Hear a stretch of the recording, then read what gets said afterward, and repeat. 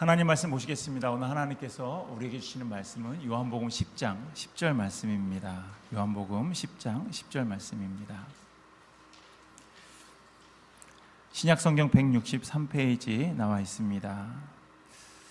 우리 한 절이니까요, 우리 한 목소리로 같이 봉독하시겠습니다.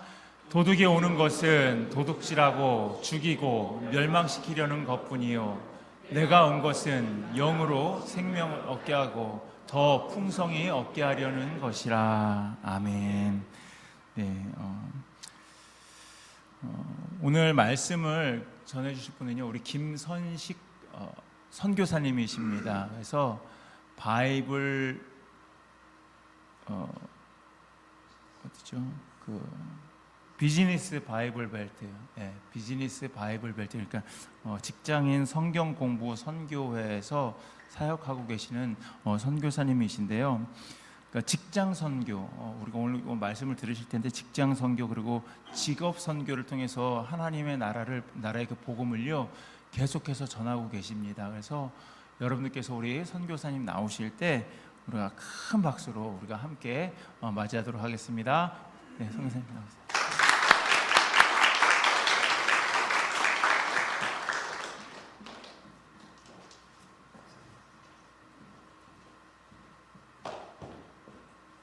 할렐루야. 네. 반갑습니다. 저는 소개드린 대로 제 이름은 김선식이고요. 우리 순장님이 옛날에 삼행시를 지어줬는데요. 김 빠진 세상에 선한 복음을 전하는 씩씩한 남자가 되라, 이렇게 해가지고 김선식이라는 이름을 이렇게 이해를 해주셨는데, 저는 이 코퍼스 크리스티라고 하는, 이 코퍼스 크리스티가 이게 그리스도의 땅이라고 했습니까? 네. 그리스도의 몸, 그리스도의 몸이라고 하는 참 귀한 의미가 있는 특별한 곳인데, 저는 이곳을 이제 처음 왔습니다. 처음 와봤는데, 하나님께서 특별한 기회에 이곳을 방문하여서 또 이제 어제부터 이곳에 이제 일정을 이제 보내고 있는데요.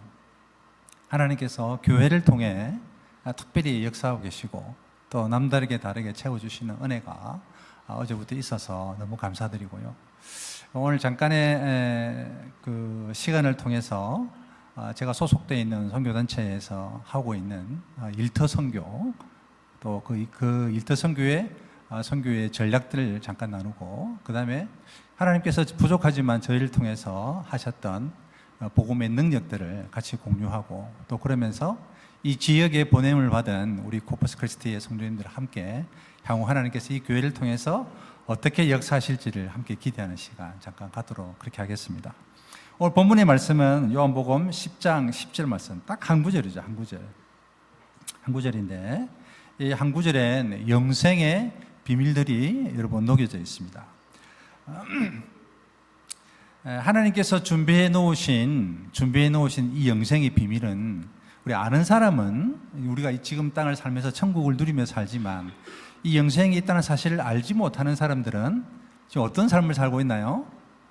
정말 이 도둑이 온 것처럼 다른 사람들의 것을 탐내고, 또 그 다른 사람들을 멸망시키고 돕고 세우기보다는 자기 이권을 탐하면서 이 짧은 이 인생, 80년, 90년의 인생을 살아가고 있는데요.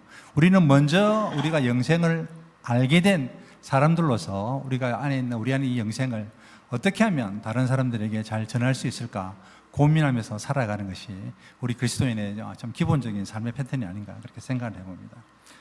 부족한 제가 어떻게 감히 이 교회에서 말씀을 전하고 간증을 할 수 있었겠습니까? 정말 하나님이 주신 특별한 기회라 생각되고, 또 부족한 사람의 모든 것들을 여러분 정말 이렇게 삭제해 주시고 기억하지 마시고, 오로지 하나님의 생명의 말씀만 함께 도전받는 시간 되면 너무 좋겠습니다.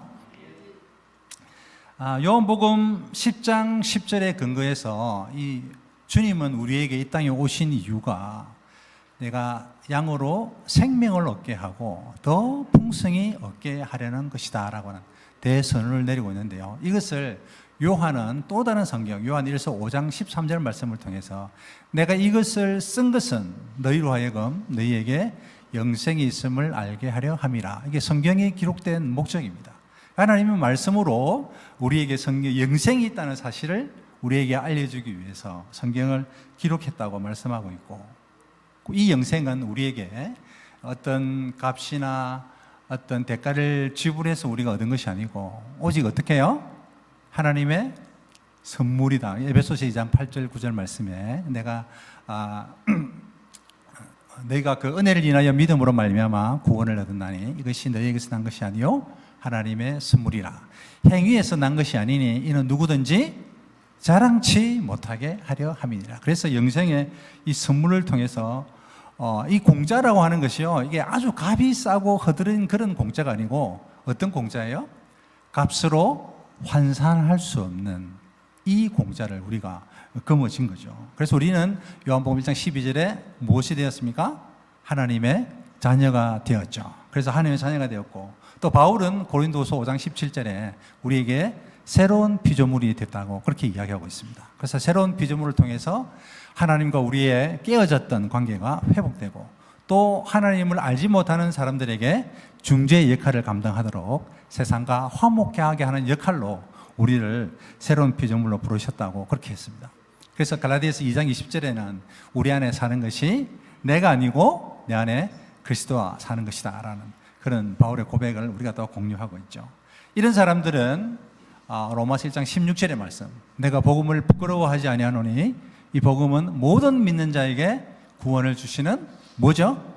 하나님의 능력이 된다라고 하는 그 말씀을 현장 생활을 하면서 선포하고 있는 것이죠. 이런 분들은 마태복음 6장 33절, 너희는 먼저 그의 나라와 그의 의를 구하라. 그리하면 이 모든 것을 너희에게 더하실 것이다. 우리의 삶의 우선순위를 바꾸고 하나님의 관심에 우리가 관심을 드리게 되어 있습니다. 그러면서 마태복음 28장 18절 20절에 나와 있는 이 땅의 가장 위대한 시급한 명령, 지상 명령이라고 하죠. 그래서 하나님께서 우리에게 땅끝까지 가서 복음을 전하고 제자를 세워나가는 그 일의 위대한 초청에 순종하고, 또 사도행전 1장 8절에 그 성령의 권능을 의지해서 우리는 평범하지만 위대한 그리스도인의 삶을 살아가게 되는 것입니다.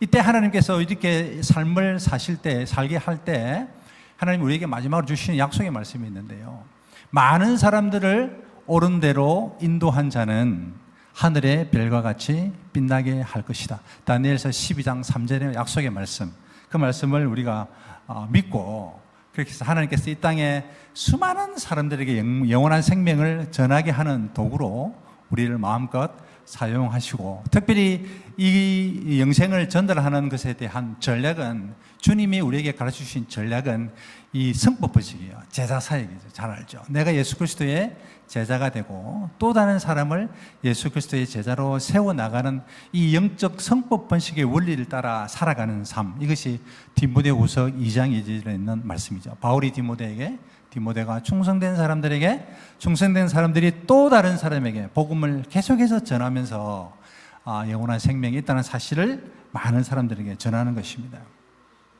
저는 예수님을 믿고 난 이후에 생명을 얻었다라고 하는 10장 10절에 상반기에 있는 영원한 생명을 얻은 경험을 딱 했을 때요, 와, 이게 정말 이게 하나님의 은혜다.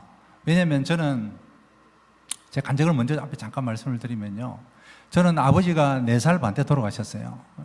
아버지가 사형 선고를 받고 예수님을 믿었습니다. 그러니까 생명이 6개월밖에 안 남았다는 사형 선고를 받고는 아버지가 예수를 믿는데 얼마나 열심히 믿었겠어요. 바른 믿음이라고 하기보다는 거저 살려달라는 믿음이죠. 그 믿음을 통해 저희 집안에 예수를 믿게 됐습니다. 근데 극심한 가난과 또 친지들의 그 우리 어머니를 향한 감시, 우리 아버지가 38세에 요절하셨기 때문에 저희 어머니는 33세에 과부로 남습니다. 자녀 3명을 두고. 그냥 우리 친지들이 근처에 살았는데 우리 친척들이 밤마다 오는 겁니다. 밤마다 와가지고 뭐 하러 오실까요? 우리 어머니가 혹시나 어떻게 해요? 야반 도주라도 할까 싶어가지고 지키러 오는 겁니다. 뭐 양파를 사고 감자를 들고 쌀을 들고 오긴 합니다만 와서는 어머니가 계신 것을 확인하고 그랬던 시절이에요. 그렇게 어린 시절에 극심한 가난과 외로움 때문에 또 아버지라고 하는 존재를 경험해 보지 못한 이 가정의 결핍 때문에 저는 사춘기 시절까지 정말 제 마음의 빗장을 걸고 살았습니다. 하나님이 살아 계시다라고 하고 어릴 때부터 제가 교회를 나가긴 했습니다만은 내 안에 분노가 얼마나 많았는지 몰라요. 하나님이 살아 계신데 우리 집은 왜 이 모양 이 꼴일까 하는 것들 때문에 너무너무 원망이 많았죠. 빗장을 걸었죠. 그러다가 강제로 우리 학생 수련회 제가 끌려가서 참여하게 되면서 그때 제가 하나님을 믿게 됐습니다. 하나님께서 진짜 너희 아버지는 바로 나다라고 하는 하나님의 그 음성을 경험하고 그러면서 이 은혜라고 하는 것, 나를 위해 영원한 생명이 있다는 사실을 알려주기 위해서 수많은 사람들이 저를 위해 기도하고 이렇게 권면하고 열심을 다했던 것을 알게 됐습니다. 그런데 영원한 생명을 얻고 난 이후에 이 은혜의 부르심을 경험하고 나니까 앞으로 어떻게 해요? 어떠한 삶을 살아가게 될 것인가 이제 기대하게 되죠. 근데 이 은혜에만 머물러 있었는데 제가 이 소명에 대한 부르심을, 그러니까 우리에게 두 가지 부르심이 있는데 제가 순장님을 통해서 배웠던 두 가지 부르심은 하나는 우리 은혜의 부르심이에요. 영원한 생명으로 초대고 또 하나는 뭐예요? 소명에 대한 부르심입니다. 소명에 대한 부르심. 예수 그리스도를 믿고 난 이후에 영생을 얻고 그 다음에 이 영생을 얻은 것을 더 풍성하게 만들어가는 것은 하나님이 우리를 위해 만들어 놓으신 이 위대한 사명, 하나님의 관심과 계획이 담겨있는 이 사명을 경험해 보지 못하면은 여러분 이 풍성한 삶의 비결을 절대로 누릴 수가 없는 것입니다. 내 안에 복음이 들어오긴 했지만 이 복음이 활동하지 않고 사장되어서 묻혀있고 일주일에 한 번씩만 복음이 가동된다고 하면 우리는 하나님이 예비한 풍성한 삶을 결코 경험하지 못하는 것입니다. 요한복음 10장 10절 말씀을 통해서 저는 이 은혜의 부르심과 소명의 부르심 그리고 이스라엘 백성들을 대상으로 할 때에 출애굽은 했는데 요단강을 건너지 못한 또 이 두 가지 패턴을 제가 생각하게 됐고요. 또 예수님을 닮아가는데 급급하지 아니하고 예수님이 우리의 삶에 완벽하게 드러나는 삶을 사는 것이 이 풍성한 삶을 살아가는 것이 비결이라고 생각합니다. 여러분, 하나님은 지금 이 시대에 과연 어떤 관심을 갖고 계실까요? 우리를 창조하시고 우리의 그 하나님의 그 계획 가운데 우리를 초대하실 때 정말 힘들고 어렵고 우리를 골탕 먹이기 위해서 우리를 초대한 것은 절대 아닌 것을 여러분 잘 알고 계시죠? 하나님은 전 인류에게 지금 우리 지구상에 85억의 인구가 있다는데요. 하나님의 관심은 어때요? 모든 사람이 구원에 이르기를 원하시는 분입니다. 여러분 맞죠? 맞죠?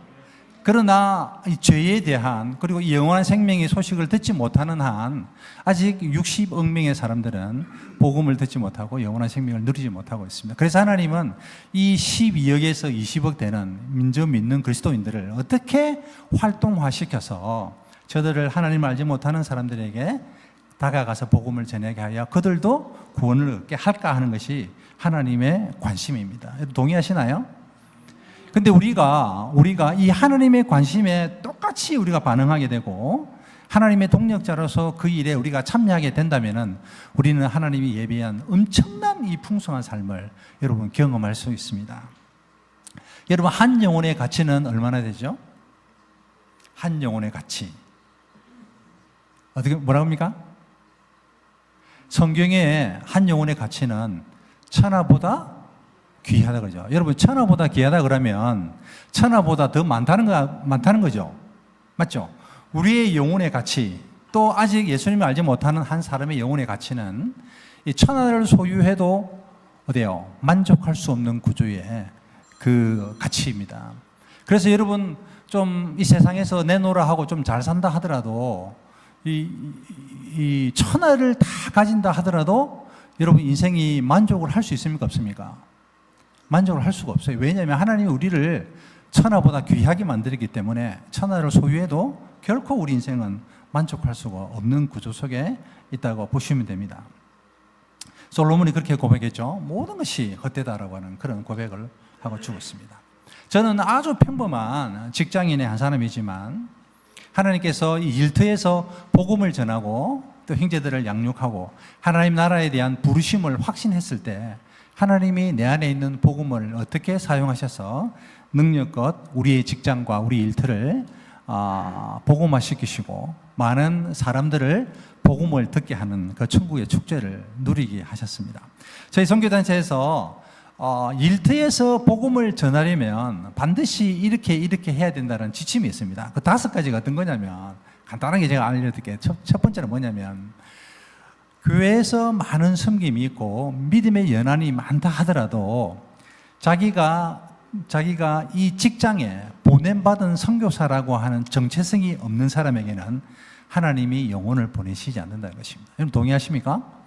내가 직장에 파송된 그리스도인 하나님의 사람이라고 대사라고 하는 신분이 명확하지 않은 사람에게는 평생 살아도 그 사람에게 하나님의 영혼을 보내시지 않는다. 뭐냐면 내가 근무하고 있는 일터와 직장이 내가 파송받은 곳이라고 하는 인식이 없는 한 하나님은 우리를 통해서 복음으로 변화된 사람도 없고 또 그가 양육한 사람, 제자가 있을 수는 없다는 것입니다. 우리가 직장에서 탁월한 직장 선교 전략가로 잘 살아가지 못하는 이유는 그리스도의 대사라고 하는 정체성을 수시로 망각하기 때문입니다. 두 번째는 우리 직장에서 또 다른 사람의 복음을 전하기 위해서 준비해야 될 또 다른 두 번째 사항은 뭐냐면 내게 맡겨진 일과 역할들을 죽게 하듯이 하는 것입니다. 골로새서 3장에 있는 말씀인데요. 여러분 내가 일주일 동안 살아가는 일터나 직장, 비즈니스 현장 가운데서 많은 사람들이 나를 생각할 때 여러분 어떤 사람을 생각합니까? 정말 저 사람 옆에 가서 이야기하고 싶고 그 사람과 함께 식사를 하고 싶고 그렇게 여러분 생각이 되어집니까? 복음을 전하는 데 있어서 인격과 그 다음에 자기의 역할의 전문성 이 두 가지는 굉장히 중요한 두 날개입니다. 여러분 예수님이 몫으로 사실 때 만들었던 테이블과 탁자들이 품질이 여러분 어땠을 것 같습니까? 사에게 바쁘셔서 대충 만들었을 것 같습니까? 여러분 바울을 우리가 잘 압니다. 바울은 천막을 만들던 사람이었는데요. 바울이 만들었던 천막, 메이드 인 폴이라고 하는 천막의 품질은 여러분 어땠을 것 같아요? 우리가 상상하기로 사도행전에 역동적인 삶을 사셨던 사역의 현장을 볼 때 하나님이 바울이 가지고 있던 손수건과 앞치마도 복음을 위해 쓰셨던 것을 보면 바울이 텐트를 만들 때 했던 그 집중은 우리가 상상을 초월할 것이라 생각합니다. 우리에게 맡겨준 일들을 그렇게 예수님과 바울처럼 해내는 것이 정말 중요하고 그 다음에 억울한 누명 가운데서도 승리했던 요셉이나 포로로 끌려갔던 다니엘 같은 그런 자유함과 신실함 그리고 그 탁월성을 추구하는 것 베스트 원이 아니라 올리 원을 추구하면서 많은 사람들에게 복음을 전할 수 있는 기본을 만드는 것이 굉장히 중요하다 그렇게 배웠습니다. 세 번째는 우리가 가는 곳마다 크리스찬 문화를 만들어야 된다. 여러분 이 땅 가운데 살아가는 수많은 사람들의 문화를 보면 그 사람의 관심에 의해서 문화가 만들어집니다. 문화라고 하는 것. 근데 직장에 가서 생활할 때 직장의 동료들과 만나 이야기해 보면요. 의외로 게임이나 도박, 술과 흡연 또 심지어는 별거나 음란에 빠져 있는 동료들이 굉장히 많았습니다. 겉으로는 멀쩡한 것 같은데 우리가 만들어낸 문화죠. 그래서 우리가 직장인 그리스도인 파송된 선교사라고 하는 사람들은 이 직장에 그릇된 잘못된 문화에 성경적인 문화로 승리할 수 있는 기본기를 갖춰야 된다. 그렇게 이야기하고 있습니다. 네 번째로 권면해 드릴 내용은 어떤 거냐면 여러분 예배당 안에서의 사역에 제한되는 함정에 빠져서는 안 됩니다. 어떤 거 이게 무슨 말씀이냐 하면 교회 내에서 우리가 특정한 역할들을 하잖아요. 그리고 섬기고 하는데 만약에 이것이 주일 내만 국한되고 6일간의 삶 가운데 내 안에 있는 복음이 활동하지 않는다면 우리는 예배당에 갇혀 있는 것입니다. 함정에 빠져 있는 것이죠. 제가 드리는 말씀이 어떤 내용인지 이해가 되시죠? 수많은 사단의 활동들이 하나님의 일인지 사단의 일인지 구분하지 못하도록 합니다. 하나님은 우리를 인도하시지만 사단은 우리를 몰아붙인다는 말이 있습니다. 어떤 한국에 있는 목사님께서요, 주일날 밤 예배를 드리고 성도들을 세상 가운데로 파송시킬 때 굉장한 기대를 갖고 자부심 있고 다음 주에 볼 때에 엄청난 간증으로 만나기를 기대하면서 주일날 밤마다 미사일을 쏘는 것처럼 성도를 파송한다 했는데, 근데 월요일날 아침 세상으로 파송된 성도들의 이 미사일이 다 불발탄이라는 것입니다. 불발탄. 5%도 안 되고 진짜 10%도 안 될 정도로 이 폭탄이 터지지 않는다는 것이에요. 굉장히 상실했던 그 목사님의 말들을 제가 들은 적이 있습니다. 여러분, 우리가 예배 시간에 드리는 예배가 정말 거룩하지만 진정한 살아있는 예배는 로마서 12장 말씀에 우리가 영적으로 거룩하고 헌신된 성숙된 삶 자체를 우리는 하나님의 예배라고 하는 것을 우리가 잘 알고 있습니다. 그래서 우리는 세상으로부터 부름받아서 교회의 거룩성을 준비하지만 우리는 또한 어떤 존재예요? 세상으로 파송받아 그리스도의 복음을 전하는 영적인 대사의 역할들을 감당을 해야 되는 것이죠. 마지막 고민은 어떤 거냐면 시간이 제한되어 있다는 것입니다. 우리의 인생은, 여러분 성경은 어떻게 하죠? 아담 시대 때, 창조의 고대 시대 때는 900세 이상 이렇게 늘 살았지만 노아 방주 위에 우리의 생명은 급감하죠. 급감하면서 시편 90편의 모세의 고백을 통해서 보면 어떻게 해요? 강건하면 70이요, 우리 연수가 70이요, 강건하면 80이다. 이렇게 연수가 확 줄어드는 거예요. 그래서 우리의 인생의 재고를 항상 생각하고 사셔야 된다. 우리에게 주신 시간과 재능과 그 기회를 하나님께 드려서 우리가 영혼 구원을 위해 드릴 때 하나님이 우리에게 수많은 영혼의 열매를 우리에게 되돌려 주시는 거예요. 갚아 주시는 거죠. 한국의 아주 유명한 그룹의 총수이신 최모 우리 회장님 너무 잘 아시는 분이에요. 근데 이분이요, 하루에 60견 이상의 결제를 하면서 정말 분주하게 사셨다는데, 이분이 폐암에 걸리고 사형선고를 받고 난 이후에 한 말이 뭐냐면, 내가 한 번도 죽는다는 사실을 생각해 본 적이 없다. 여러분, 이게 얼마나 이 어리석은 일인지요. 그래서 우리에게 하나님께서 주신 이 시간이라고 하는 자원을 특별하게 사역에 잘라서 팔 한 짝을 떼는 것처럼 주께 헌신해서 드릴 때에 하나님이 우리에게 열매를 주신다는 것입니다. 여러분, 우리가 헌신한다 할 때 머리카락을 몇 개를 뽑아서 하나님께 드린다는 것을 우리가 헌신이라고 할 수는 없습니다. 팔 한 짝을 뜯고, 조금 이게 좀 표현이 조금 제가 죄송합니다만은, 자기에게 불편함을 느낄 정도로 되어야 하나님께서 그 헌신을 보고 열매를 맺게 하신다는 것이죠.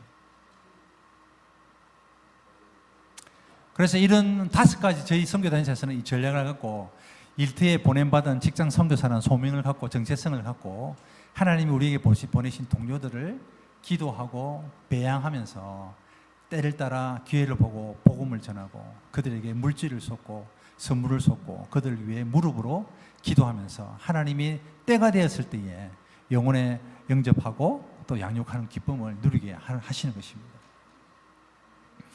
저는 직장 생활을 하면서 사실은 제가 그 선교단체에 젊을 때 소속되면서 되게 이제 예수를 믿고 난 뒤에 열정이 있었어요. 정말. 그래서 하나님, 저도 정말 그 목회자는 아니더라도 평신도 선교사로서, 직장 선교사로서 정말 살 수 있는 기회를 주시면 제가 정말 하나님 그렇게 살겠습니다라고 헌신했던 시절이 있었어요. 그런데 그 젊은 시절의 혈기가, 여러분, 직장을 딱 들어가니까요, 완전히 그냥 이게 깨가 바다 속으로 쏙 들어가듯이 완전히 그 흔적을 감추는 겁니다. 그래서 직장 생활을 시작했는데 너무너무 정신이 없는 거예요. 바쁘기도 하고. 저는 이제 토목을 전공해서 처음에 건설회사에서 근무를 했는데요. 정말 아침 6시 30분쯤 출발해서 퇴근은 없습니다. 퇴근은 그야말로 그 정도로 경무에 시달리면서 근무를 하고, 그렇게 하는 것이 바람직한 것처럼 그렇게 살았어요. 근데 직장에 그렇게 휩쓸려 살면서 제게 하나님이 주신 직장 선교의 소명을 전혀 까마득하게 잊고 살았습니다. 그러다가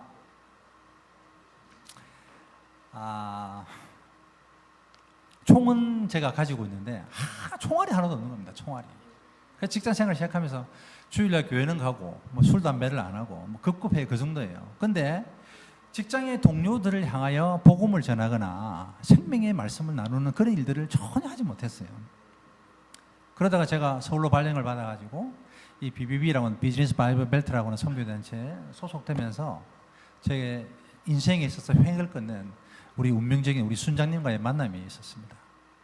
순장님은 그 당시 외환은행에 근무했던 우리 은행 대리였는데요. 이분 참 탁월한 선교사였어요. 외환은행에 자기 사무실에 근무하는 모든 직원에게 복음을 전했다는 겁니다. 복음을. 그리고 아침 일찍 출근하고 여직원들이 가장 하기 싫어하는 허드레일을 싹 준비해주고 퇴근도 가장 마지막에 하고 또 순순히 직장의 동료들의 책상을 짚고 다니면서 중보기도 하고 영혼들을 구원을 위해서 자기의 많은 물질을 드리고 했던 그냥 귀한 형제였습니다. 근데 형제님을 제가 처음 만났는데요. 처음 만나서 이제 상담하는 중에 저도 나름대로 신앙생활을 했다고 자부하면서 제 간증을 나누었죠.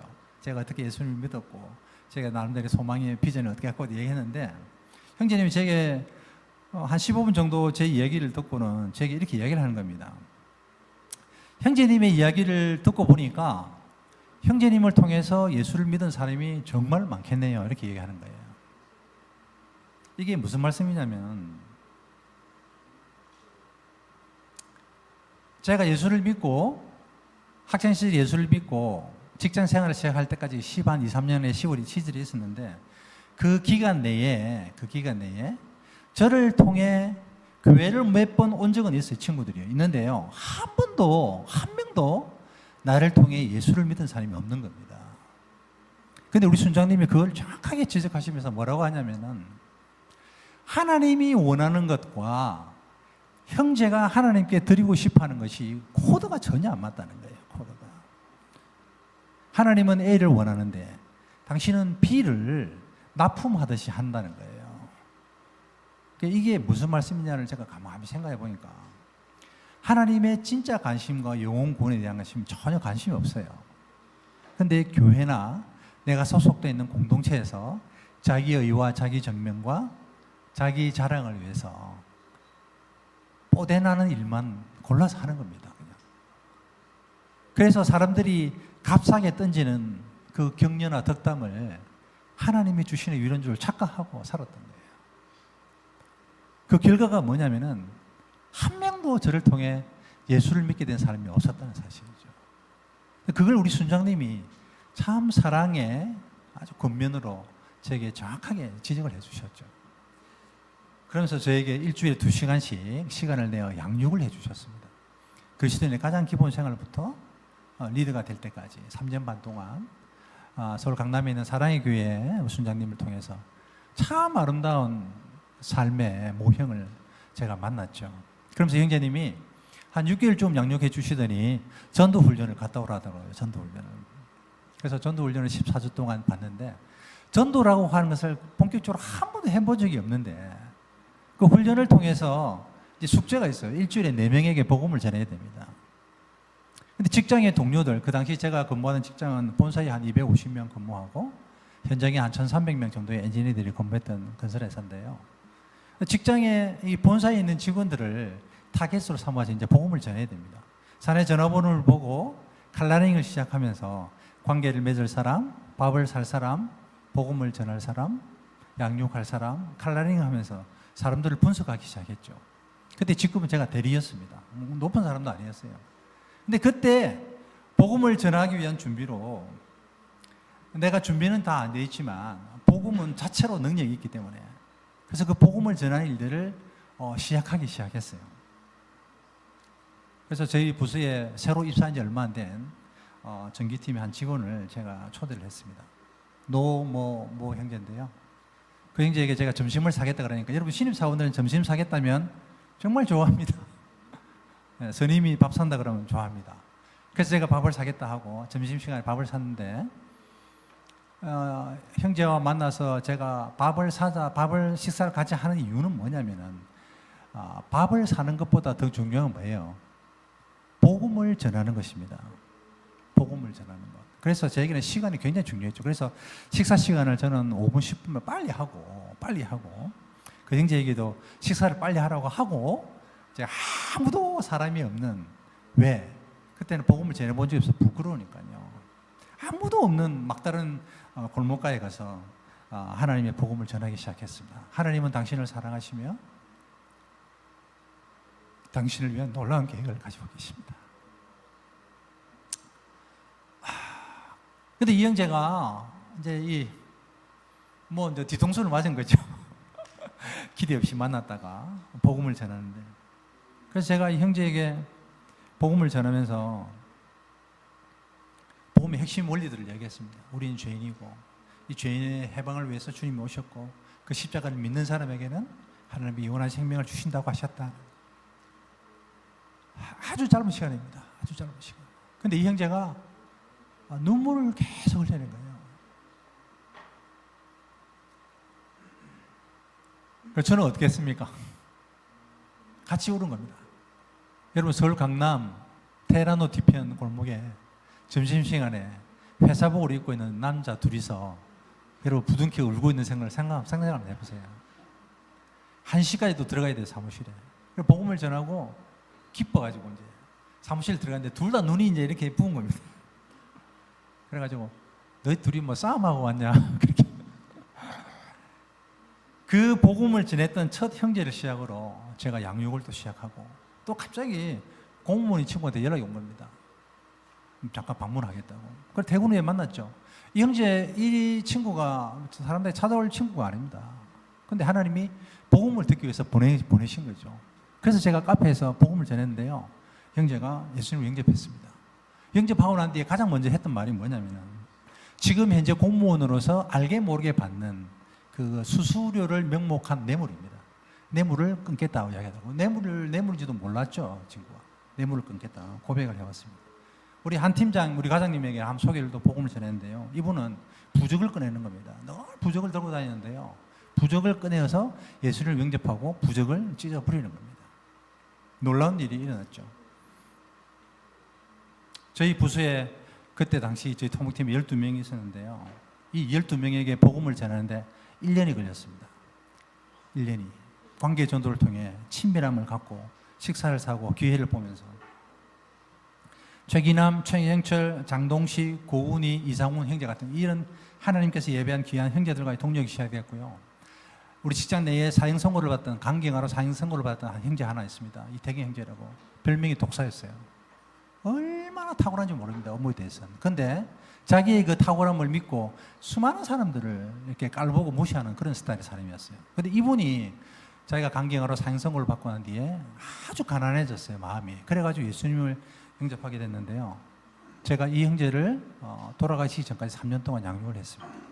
근데 이 형제가 3년 전에 사실 자기는 죽을 인생이었는데 하나님께서 살게 해주셔서 전도폭발 훈련까지 받고 직장에서 자기도 복음을 전하다가 독사였던 별명에서 목사라는 별명을 얻고 그렇게 인생을 마감하고 소천을 하셨죠. 또 다른 형제는 두산 중고금에 있는 형제인데요, 7년을 제가 양육을 했습니다. 그 형제가 정말 탁월한 직장 선교사고 지금은 베트남에 선교사라고 가 있고요.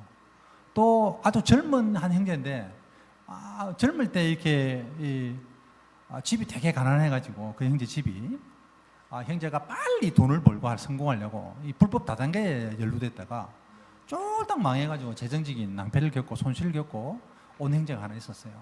이 형제가 그것도 누구 소개로 좀 만나라 해서 만났는데요, 소망이 없는 겁니다. 낙심해가지고. 그 젊은 시절에 여러분 몇백만 원, 몇천만 원 빚을 먼저 안고 시작해야 되는데 학교도 가기 싫다 그러고. 근데 이 형제를 제가 복음을 전하고 일주일에 2시간만 제게 주면 우리가 양육해 나가면서 함께 하나님의 사람으로 완전히 갈 수 있다고 건면하면서 양육을 했어요. 이 형제의 양육은 11년을 했습니다. 주일에 새벽마다. 근데 이 형제가 지금요 굉장히 건강해졌고 모 기업에 임원으로 근무하고 있습니다. 말씀을 정리할게요. 하나님께서 이 코퍼스 크리스티 교회에 성도님을 하나님께서 부르시고 특별히 이 교회를 통해 여러분들을 통해 이 지역의 많은 사람들에게 생명의 소식을 계속해서 전달하실 것을 저는 믿고 또 기대합니다. 여러분, 이 교회는요 많은 사람들이 모인 곳인데 정말 연합하기 힘들지만 여러분 길에 가다 보면 쉽게 볼 수 있는 이 모래나 잡석, 그 다음에 이렇게 가치가 없는 듯한 것들이 시멘트와 물이 합해지면요 여러분 굉장히 큰 콘크리트의 압축 강도를 나타냅니다. 28일 이상 이 양생을 하게 되면 여러분 이 손톱만한 크기에 210kg 이상의 무게를 감당할 수 있는 엄청난 콘크리트가 되는데, 이게 뭐냐면 이 블랙 다이아몬드라고 하는 것입니다. 이게 교회의 사실 연합입니다. 그 연합은 교회는 좀 부족하더라도 하나님이 약속하셨어요. 이 마지막 때에 주님 오실 때까지 교회를 통해서 하나님이 쉬지 않고 일을 하시겠다 하셨죠. 루즈벨트 대통령이 남미를 순방하고 미국으로 복귀하는 큰 배를 타고 복귀하게 되었을 때 그 배에 아주 초라한 남미 선교사 한 분이 같이 탔다고 그래요. 여러분 이 이야기를 많이 아실 건데, 수십 년 동안 남미에서 큰 성과 없이 그냥 은퇴하면서 미국으로 돌아왔는데, 자기가 내리려고 하는데 이 루즈벨트 대통령이 엄청난 인파와 군함대와 함께 카펫에 이렇게 해서 내려가는데 그 모습을 보면서 정말 자기가 슬퍼가지고 하나님 앞에, 하나님, 저 루즈벨트 대통령하고 자기가 너무 비교가 되는 겁니다. 비교가 돼서 너무 슬퍼가지고, 하나님, 저를 맞이하는 사람 한 명 없고 또 그런다고 사역을 잘한 것도 아니고 너무너무 이 공허함 가운데 있을 때 하나님께서 말씀하셨다는 거죠. 아들아, 너는 아직 집에 오지 않았다. 하늘에 가면, 우리가 집에 가면 아버지께서 예비한 큰 상급이 기다리고 있는데, 이 상급이 만약에 땅에서 우리가 추구하게 되고 찾게 된다면 우리는 상처를 받게 되고 아주 힘든 삶을 살게 되죠. 하나님 우리에게 예비하신 상급이 하늘에 있는 줄 알고 우리의 생에 지금 걸어가는 이 걸음들을 우리가 더 가열차게 가면 좋겠고요. 마지막으로 주님이 생애를 마무리하면서 하신 말씀이 있습니다. 겟세마네 기도를 드릴 때 요한복음 17장 4절 말씀인데요. 아버지께서 내게 하라고 하신 일을 다 이루었으니 라고 하는 고백을 하나님께 드리게 됩니다. 그리고 사도 바울도 사도행전 20장 24절 말씀에 나의 달려갈 길과 주 예수께 받은 사명, 곧 하나님의 은혜의 복음 증거하는 일을 마치려 하면은 나의 생명을 조금도 귀한 것으로 여기지 아니한다는 그 고백, 우리가 같이 여러분 우리의 생애 마지막에 하나님 앞에 마음껏 이 고백으로 같이 드릴 수 있기를 바라고, 여러분과 저가 함께 사도행전 29장을 이 지역에서 아름답게 기록해 나갈 수 있으면 너무 좋겠습니다. 예.